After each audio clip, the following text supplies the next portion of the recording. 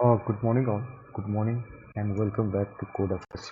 So today we are going to talk about the array function uh, that includes. So let's start with an example of include, so that you will get clear idea about how it actually works. Okay. So let me first increase the screen so that you can. Okay, that's fine. Okay, it's bigger. That's fine. So start with your example. Okay. So suppose we have given an array.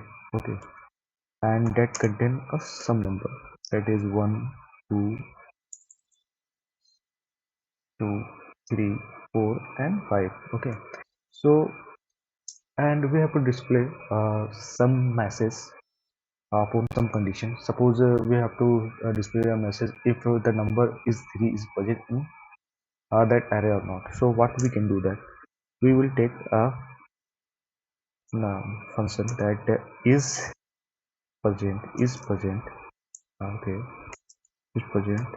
Okay, array dot includes, and we have to pass the number we are looking for. Suppose we are looking for 3, so here we have to pass. Now we have to add this number, and okay, if that 3 is present in the number, so we have to display the message simply. Okay, 3 is present. Okay, let's see what would be the output. Let me clear the output first. Okay, start. Okay, those 3 is present. So this is a function. Generally we will check if the particular element is present in the array or not. Okay, that's all for today, and we will meet you the next time. Bye, take care.